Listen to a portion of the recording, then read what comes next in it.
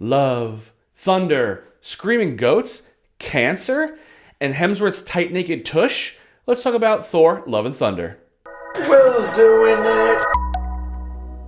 Stop right now. If you have not seen Thor, Love and Thunder, I'm going to be spoiling the crap out of it. So if you haven't seen the movie, go check it out if you want. I'm sure it'll be on Disney Plus in like 45 days, wherever the window may be.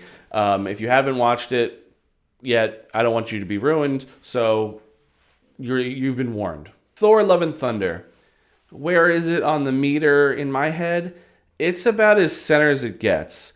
I didn't absolutely love it, but I didn't absolutely hate it. It's really like a mid-tier movie. I think because we have Taika Waititi doing it, and it's following Thor Ragnarok, which everyone pretty much universally thought was like one of the better Marvel movies. This one doesn't reach the same heights, which I think is fair. And I wanted to like this movie. All the promotional things, all the way the look of it was, a lot of the very bright text with all the guitar and stuff. Like I wanted to like this movie. The style was something I thought was fun and I was into. For me, the tone was the biggest problem with this movie.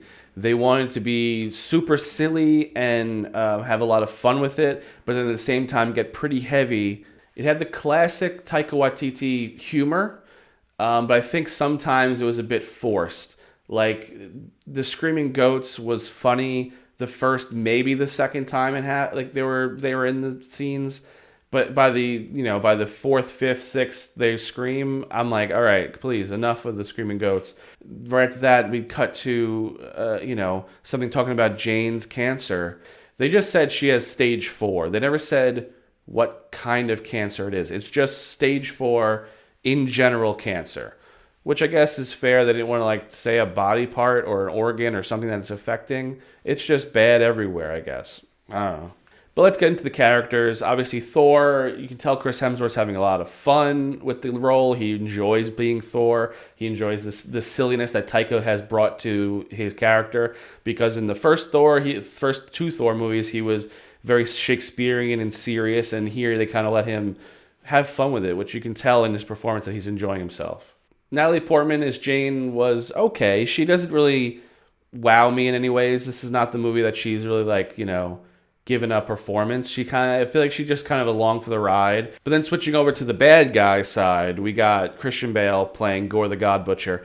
And I think he did a really fun job. I really liked what they did with his character. He gave it I felt he gave a little bit of like a Heath Ledger-y kind of Joker vibe for when he was talking to the kids in the cage. But I think the visuals of him and the sword, and when they went to the place that was void of light or whatever it was called, Shadow Realm maybe, whatever. But then with his sword, he's able to summon shadowy monsters, like faceless monsters, which I'm not always a fan of, like in Marvel movies or movies in general, where they have just like a faceless army they have to just kind of get through and they have no problem. They're never struggling with a monster. But I really like Christian Bale's performance, and also you kind of understand where he's coming from as a villain.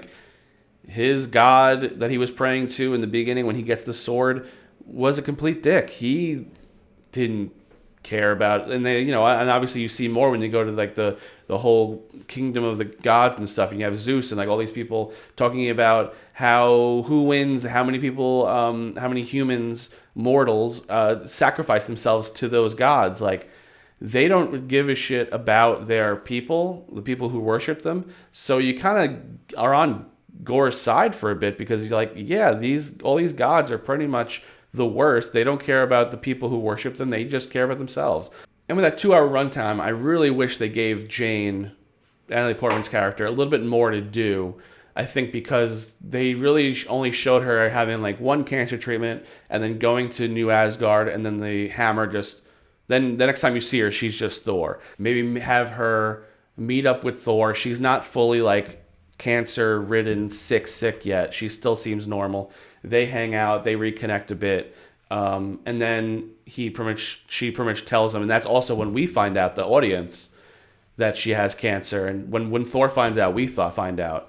So we're all whoa, taken aback. And then you're with her, and then they're at New Asgard. He brings her along, and then Mjolnir reforms and goes to her, and you see her get get the hammer. The armor grows up on her. The helmet grows up on her and forms over her body. And then you see her like pretty much like more from like maybe a gaunt, chemotherapy cancer body to her bulked up Thor body. I think that would have been a really cool reveal, set up everything that it wouldn't just been, because I think they went too cutesy with the Jane, is that you? How are you, Thor? What the heck?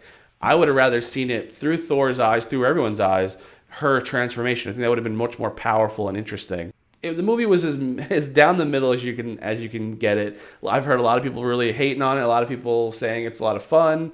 It is fun. It's not. I was entertained. I wasn't going groaning every 5 minutes. But I think the structure of it could have been better. The tone could have been balanced a little more.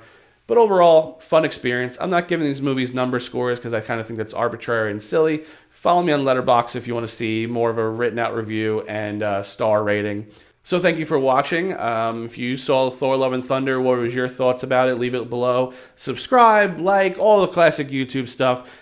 Stick around. I'll be back with another movie or TV show that I'm interested in. I think later this month I'm going to do Nope, the Jordan Peele UFO movie. I'm really excited for that. So stick around. Thank you for watching, and love y'all. See you later.